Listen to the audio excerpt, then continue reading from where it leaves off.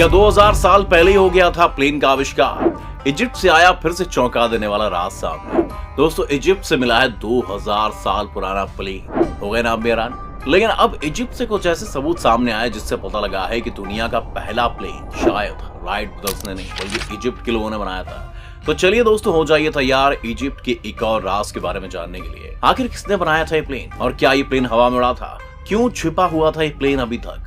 ये सब जानने के लिए वीडियो को अंत तक जरूर देखना।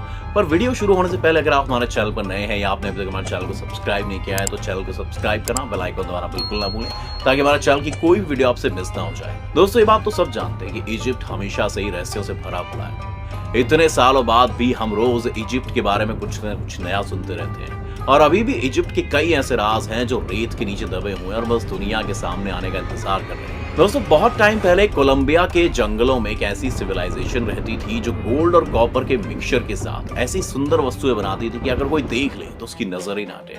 और दोस्तों, आपको बता दें कि ज्वेलरी से लेकर डेकोरेटिव पीसेस तक ऐसा कुछ नहीं था जो इन्होंने बनाया ना हो। जिस सिविलाइजेशन के बारे में हमने इतनी बात कर ली है कि आप जानना नहीं चाहेंगे इसका नाम क्या था? इस सिविलाइजेशन का नाम था किम्बिया सिविलाइजेशन।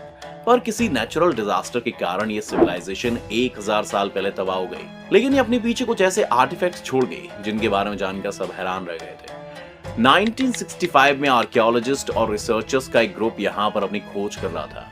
तभी उन्हें वहां एक संदूक मिला जो सोने की चीजों से भरा हुआ था।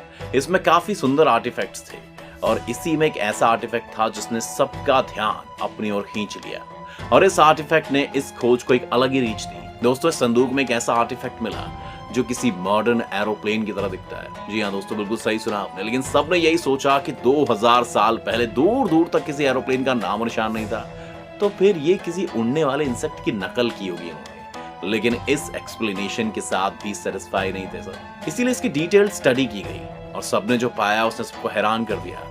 जब एरोडायनेमिक्स एक्सपर्ट ने इसकी जांच की तो उन्होंने जाना कि इसका डिजाइन तो परिंदों और उड़ने वाले इंसेक्ट से काफी अलग है, क्योंकि इस पूरी दुनिया में ऐसा कोई भी परिंदा नहीं है जिसकी दुम यानी कि टेल सीधी है, लेकिन इस आर्टिफैक्ट की तो सीधी थी। एक्सपर्ट ने इसका कंपैरिजन प्लेन के रडर से किया जो प्लेन की डायरेक्शन को कंट्रोल करने के काम में आता है।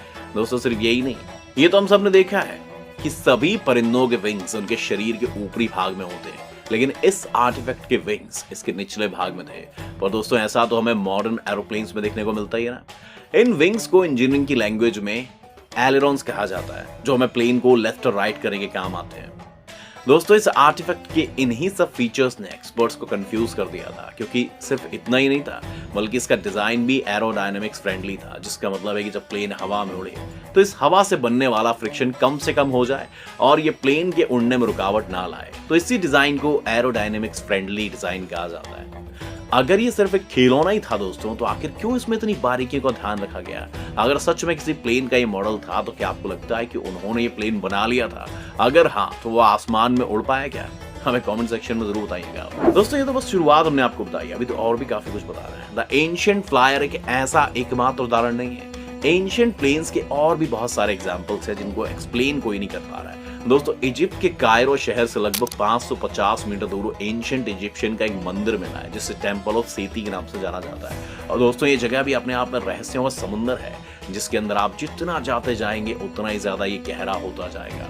और इजिप्ट की बाकी जगहों की तरह इसमें भी पत्थरों को उकेर कर कुछ लिखा गया था। आपको बता दें कि इस लैंग्वेज को हिरोग्लिफिक्स कहा जाता है। दोस्तों, यहाँ कुछ ऐसी बातें सामने आई जिन्होंने हमें भी हैरान कर दिया। इजिप्टोलॉजिस्ट डॉक्टर रूथ हॉवर्ड जब अपनी रिसर्च करने आई थी तो नॉर्मली फोटो ले रही थी, तभी उन्होंने अचानक ही अपने पैरों के नीचे कुछ महसूस किया। उन्होंने देखा तो वो एक पत्थर था, पर तब तक उन्हें क्या पता था कि छोटा सा पत्थर साइंस के क्षेत्र में काफी बड़ा बदलाव लाएगा। जब उन्होंने वो पत्थर वापस से अपनी जगह पर रखा तो इस पहेली के सारे पहलू उनके सामने आ गए, सारे राज खुल गए। उन्होंने देखा कि इसमें एक प्लेन बना हुआ था जिसमें रडर भी था, साथ ही एक मॉडर्न याट के साथ एक सबमरीन का नक्शा भी देखने को मिला उनको। और इस बड़े से मंदिर के एक छोटे से हिस्से ने पूरे विज्ञान को हिला के रख दिया। आखिर कैसे हो सकता है कि जिस टेक्नोलॉजी को बने अभी महज 200 साल भी पूरे नहीं हुए हैं, वो कैसे 2000 साल पहले देखी जा सकती है? जब इस टेक्नोलॉजी को दूर दूर तक कोई नामो निशान भी नहीं था दोस्तों, तब ये कैसे पॉसिबल है? चलिए दोस्तों, आगे बढ़ते हुए बात करते हैं, एक और सबूत पेश करते हैं।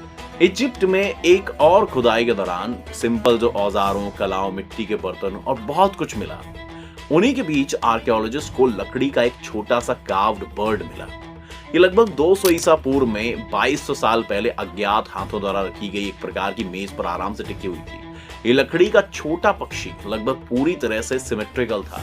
उसका वजन 39 ग्राम से ज्यादा था। इसके अलावा ये देखा गया कि पक्षी मॉडल को एक सिकामोर ट्री की लकड़ी से सावधानी पूर्वक उकेरा गया था। इसका एक पंख था अलग से खुदी हुई और फ्यूजलेज के टॉप पर एक खांचे में इसको फिट किया गया था जिसका मेजरमेंट 180 मिलीमीटर है। आश्चर्यजनक रूप से पंखों को खूबसूरती से तैयार किया गया था, एक मॉडर्न एयरफॉयल शेप और रिवर्सल डाइहेड्रल, जिसे एहेड्रल के रूप से भी जाना जाता है। फ्यूजलेज पूरी तरह से पतला हो गया। इसका रूप इतना एरोडायनेमिक है कि जब ऊपर से देखा जाता है तो एक मॉडर्न साइरस SR-20 एयरक्राफ्ट के जैसा आकार दिखाई देता है।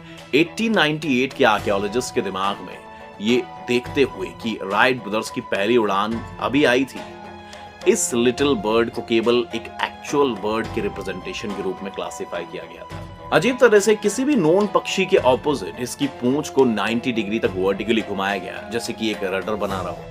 नतीजतन अगर कोई इसे उड़ाने की कोशिश करता है तो इसे एक पक्षी के रूप में सोचता है। तो डिजाइन में पिच स्टेबलाइजेशन की कमी होती है जो एक हॉरिजॉन्टल स्टेबलाइजर से प्राप्त होती है, जिससे एक्चुअल फ्लाइट इम्पॉसिबल हो जाती है। लेकिन ये भी सिर्फ कुछ टाइम के लिए था, जब तक 1969 में इजिप्ट हेल्वन यूनिवर्सिटी में आर्टिस्ट के लिए एनाटॉमी के प्रोफेसर डॉक्टर खलील मसीह कायरो के इजिप्शियन म्यूजियम में एक प्रदर्शन के मामले में पक्षियों की मूर्तियों के एग्जीबिशन के बीच इस मॉडल को देखने आए।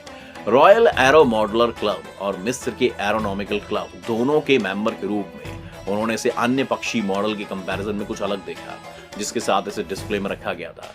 इसके अलावा प्रोफेसर मसीह ने कहा कि लकड़ी का छोटा पक्षी दूसरे कार्व्ड बर्ड से क्लियरली अलग था। इसके पैर नहीं थे और ना ही पेंटेड और कार्व्ड विंग्स थे। इसमें दाहिनी और पेंटेड एक छोटी सी आंख के अलावा किसी भी तरह की कोई सजावट नहीं थी। आर्कियोलॉजी के सवालों के लिए एक मॉडर्निस्ट माइंड को लागू करते हुए उन्होंने अनुमान लगाया कि इस पक्षी में कोई भी सजावट नहीं थी, क्योंकि वो गैर जरूरी वजन लाते तो एरोडायनेमिकली रूप से बेकार हो जाते। उन्होंने बहुत ही जरूरी हॉरिजॉन्टल स्टेबलाइजर की एब्सेंस को ध्यान में रखते हुए पूंछ की बारीकी से जांच की और फिर उन्होंने अनुमान लगाया कि वर्टिकल विंग का फ्लैट बॉटम एक बार एक हॉरिजॉन्टल स्टेबलाइजर का अटैचमेंट पॉइंट था। भले इसका कोई फिजिकल एविडेंस ना हो, उन्होंने अनाउंस किया कि पूंछ का महत्वपूर्ण टुकड़ा शायद कहीं पर खो गया होगा। फिर उन्होंने इजिप्शियन मिनिस्ट्री ऑफ कल्चर को सकारा बर्ड की जांच के लिए कहा। उन्होंने इसमें पाया कि ये पूरी तरह से सही थे और फिर उन्होंने जब अपने पास से वो टुकड़ा जोड़ा तो पाया कि वो उड़ सकता है और किसी प्लेन का मॉडल ही है। तो दोस्तों, आज की वीडियो में बस इतना ही। उम्मीद है आपको आज की वीडियो से काफी कुछ सीखने को मिला होगा। अगर आपको वीडियो पसंद आया तो वीडियो को लाइक करें और अगर आप इस चैनल पर नए हैं तो जाने से पहले चैनल को सब्सक्राइब करना बिल्कुल ना भूलें। मेरा नाम गगन है। Thanks for watching this video.